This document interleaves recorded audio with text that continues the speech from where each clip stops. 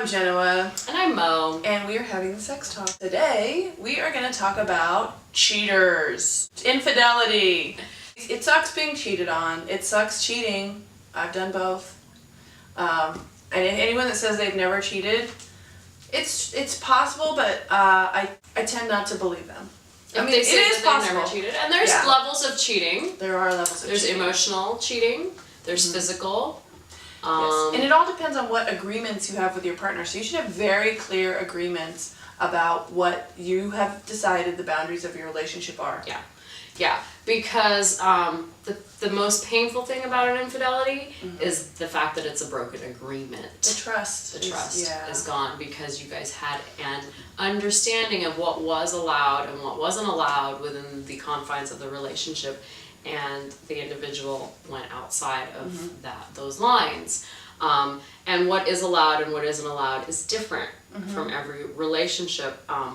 Just because you are flirting with somebody and have an emotional connection with somebody at work might be allowed in your relationship. You know, there might be a rule that, you can have as many relationships as you want emotionally as long as you don't get physically intimate with them. Right. And in the gay world, as far as gay men are concerned, it's very, very common to be in a long-term relationship with your husband, and that you're both seeing other people and both having flings and with each other, as group sex, alone, and that's totally acceptable. More common in the gay community that they have those agreements. Yeah. And it's all good. And those are what we talk about in our other segment about open relationships and non-monogamous relationships. So whatever you decide your agreements are, those are what need to be, followed. And if they aren't, then it's cheating. If they aren't, it's an infidelity. And then what to do in the event that there has been an infidelity. People always wonder, is it okay to check my partner's text messages or, check their email? Snoop. Yeah.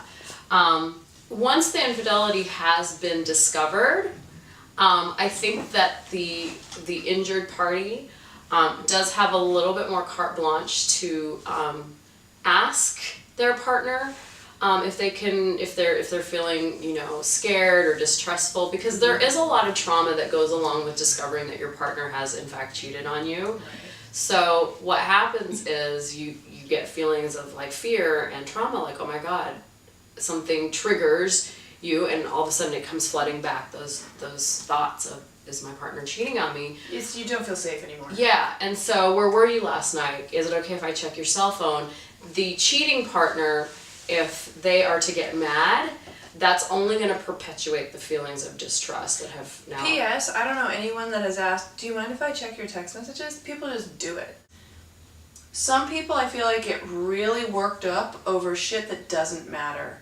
If your boyfriend or girlfriend gets drunk at a bar and makes out with someone, does it really fucking matter? If it's a one-time thing, it was like a in the moment kind of thing, are you really destroyed by that? Is it really such a big deal?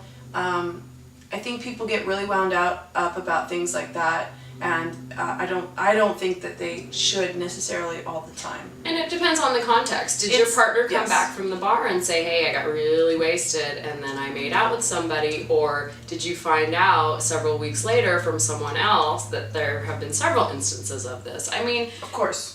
Yes. What's the context? Some things are totally excusable.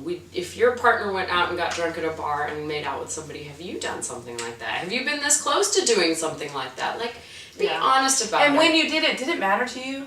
Like how serious were you about that person you were making out with at the bar? Were you just like, oh God, what did I do? Or were you, get honest and put yourself in your partner's shoes. If they're not just an asshole, put yourself in their shoes. If they fucked up and it's coming out and they're like, I'm sorry, don't be a drama queen about it. Yeah. So, communicate. And don't cheat. And if it happens, work through it. Yeah. And if you need to cheat, talk to your partner first. Maybe it's time to open the relationship. Here we go again. She's always obsessed with always fucking open relationships. Yeah. Anyway, that's what we do here. We talk on the sex talk.